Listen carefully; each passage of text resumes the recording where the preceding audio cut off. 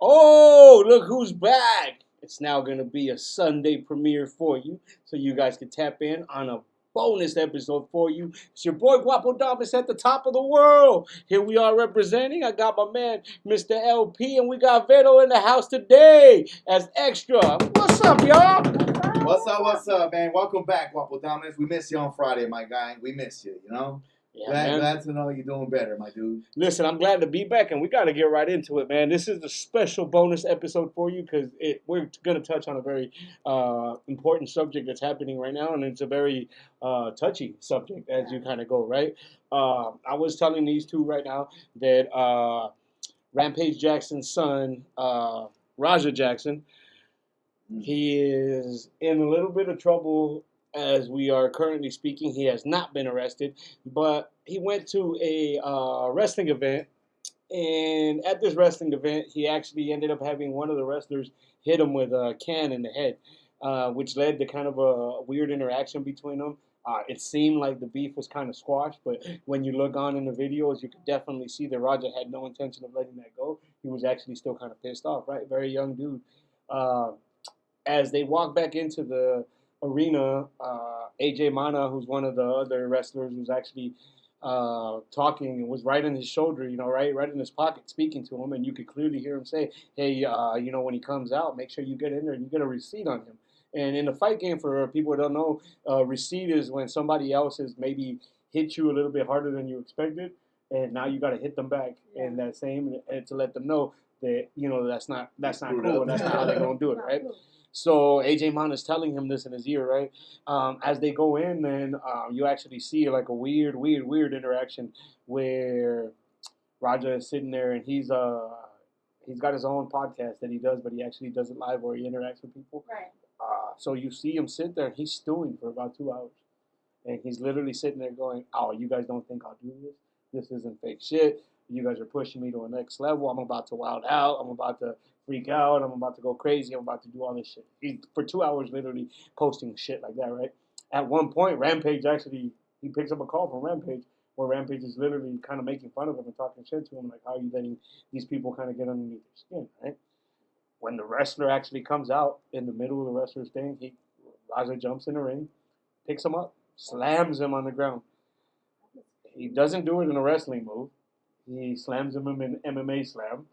A dude's head bounces off of the thing, and he's clearly knocked out as soon as he hits the ground. It's one of those famous Rampage Jackson. I like his father's fucking slams back in Pride. It was a brutal fucking slam. I remember seeing that. And, yeah, no, straight up. It was one of those slams to where the moment you see him hit the ground, he is out. Completely cold, right? He was out. He then sees dude is knocked out completely, and he proceeds to punch him in the face 22 times. 22 times? 22 times, and when I say that it was punching, we're not talking about love taps. We're not talking about Olympic-style boxing punches here. We're talking about, we're talking about full-on haymakers coming at that guy. And you can clearly see the guy's knocked out. So at one point, he kind of goes, right? Referee is standing right here. The referee's taking huge criticism, and he does absolutely nothing but trying to tell him, to relax. One of the first wrestlers to jump in the ring, he's taking huge criticism because he actually kind of approaches Raja in a scared way. Raja grabs him and tosses him, and then you see him kind of again try to approach him in a scared way. It turns out that was a 17-year-old kid who had never actually experienced a real fight before, and now he's having to go in there and stop Rampage Jackson's. Yeah. Oh, the referee. No, not the referee. This is the first wrestler in the ring after the initial thing trying to stop Raja. And you just the one that had him pinned in the corner? No, not before that guy. There's another guy with a painted face who actually steps in. One that had him in the corner. No, that's not the guy. The guy who pinned him in the corner was a much bigger wrestler who didn't have nothing, right? Should be getting criticized for that. The youngster gets criticized, but he's 17 years old, had never seen a real fight. Then another wrestler then finally eventually comes out from the back. That wrestler comes in, and Raja actually gives him an MMA slam too before he can go. And then that wrestler ends up pinning him in the corner. The wrestlers then all end up restraining him, and on his way out, he gets jumped by the wrestlers. Then it turned into a circus as soon as they get outside. And meanwhile, he's never stopping the broadcast.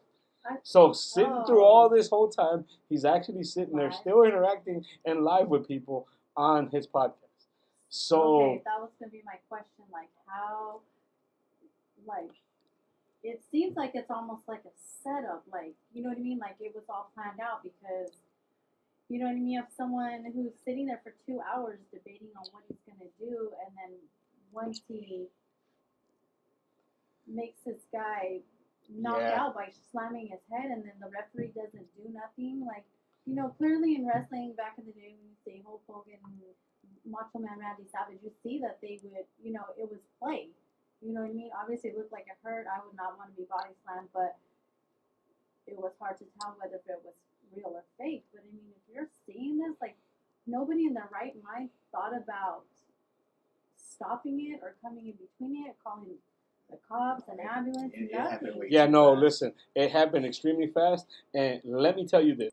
So listen, that's what I was asking, right? So as you sit there and you kind of try to digest what you actually see when you see that video and it happens, he's literally going to town. I mean, he's swinging for the fences, Right. right? It's hard to say how you can justify any of that. Yeah. It's very hard to watch. It's very graphic. Um, I think Rampage's son is in a lot of trouble. I think he better lawyer up big time. Yeah. But I'm kind of with you. As I was watching it, and I start watching some of the video on it, especially as he first comes in, his first interactions are he gets hit in the head with a can, right? I would have less of a problem if he would have started swinging away and he half kills the guy then.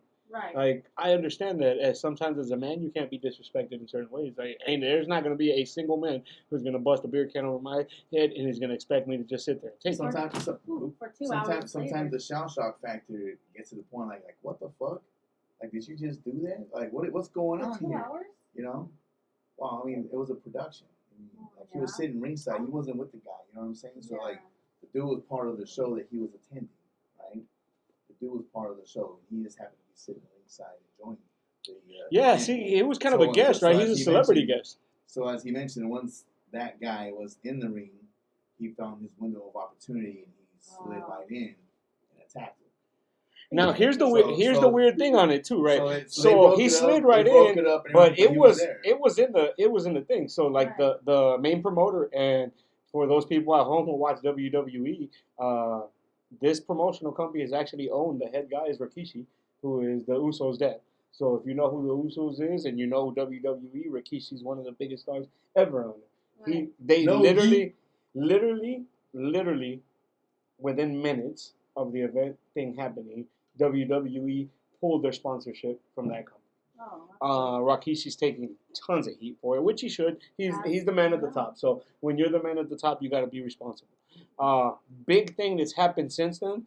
It's been made public. The wrestler who actually pulls them off, he actually went public the next day because he's saying that the company is asking them to not cooperate with police. That if you get asked anything about police, you're supposed to not cooperate and not say a single thing. And he actually pulled all these messages out that's being sent by management out on that company, right? They're actually sending all the wrestlers out. All the wrestlers, there's not very many. You're saying that's something that's not brand new.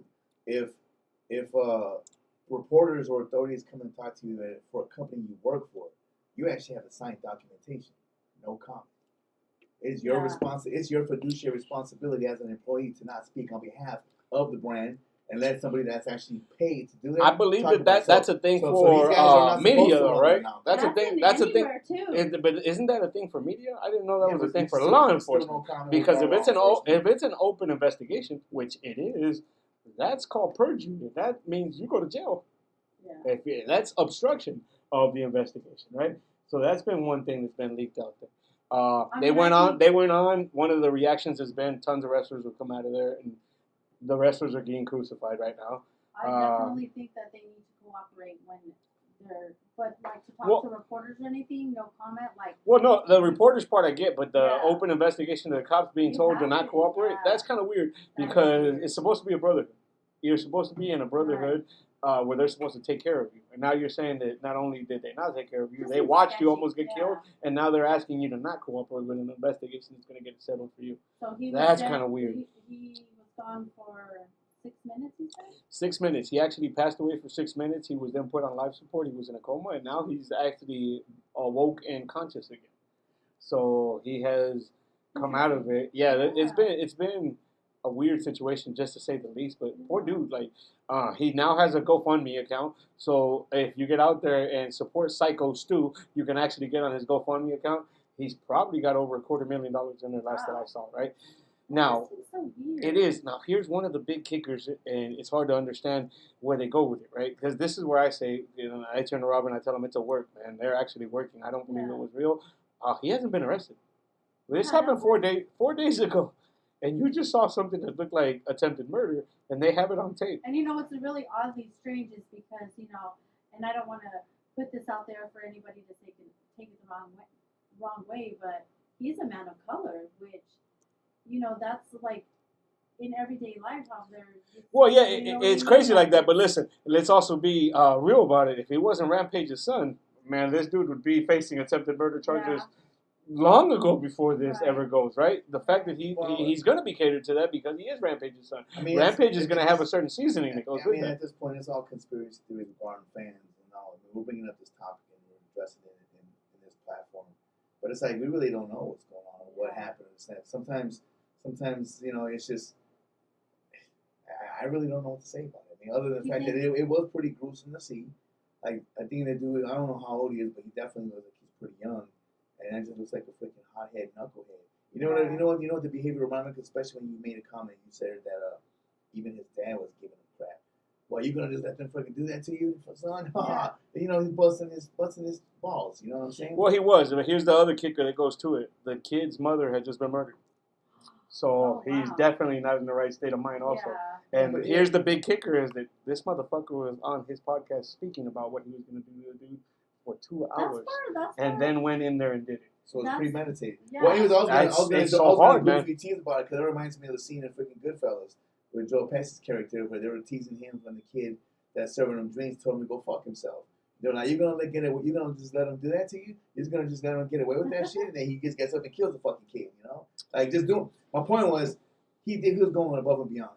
He was all up in his fucking feelings. He's obviously young and dumb, serious ignorance within himself and shit, and was letting whatever everybody's telling him. Maybe he's on his feet. People are clowning, giving him shit. Like, you just gonna let that shit slide, bro? He's gonna let that shit slide. It was eating away with them, and maybe he just took it to the whole next level. No excuse. I actually think the man should be fucking time for such a fucking shitty act, and it was a shitty act. No, and it's weird because like when you actually get the reaction, and the whole world has reacted to this at this point, right? It's the biggest running news article that's been running for the last 4 days running. Everybody's had an opinion. A lot of people have been expressing their opinions on it. It's mixed. It's definitely mixed. It's weird because you have people in the fight game coming out saying he should be put in jail. Right. This guy should be doing attempted murder charges. He should be held to a high responsibility. It almost feels staged. And then you have people from the wrestling community who are supposed to be defending the wrestler that are coming out going, let that young man out. He's being held on a much bigger deal. The people with the company are more responsible for that because they should know that they're sticking somebody who's an amateur, who doesn't know how to actually do the wrestling moves, who doesn't have that seasoning. They're sticking him into a storyline and expecting him to be perfectly fine. No, he needs to take accountability. Not missing with that. I think they all should he needs to take accountability. He's old enough to know that what he did was a fuck up. Right. I'm not gonna stop. Don't fucking wave a flag for him and show some pity. He fucked up.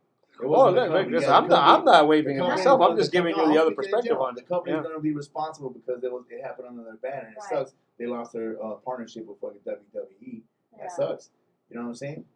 But that fool should take full freaking responsibility. That's why it almost makes me feel like it was like planned out because if he's on live podcast and there's so many people watching and he's like, I'm gonna do this, and it happens, like, you know what I mean? That's why it makes me feel like it's something that was staged already. And for me, this is gonna be another weird thing that will play out, and this is my own cynical point of view when it comes to it, right? What if they get the arrest to get done? And then they announce that it has been a work the whole time. They now will go through the roof when it comes to the promotional part of it because they will now have a police department that arrested somebody and they're going to claim to be the best wrestling corporation ever, that they're so good at their storyline that they could get the cops to arrest the kid. I'm telling you, there's so many layers to this thing. It's so intriguing. I've been blown away by it. I've been blown away by people's opinions. It'll definitely be something to trip out to see how it plays out.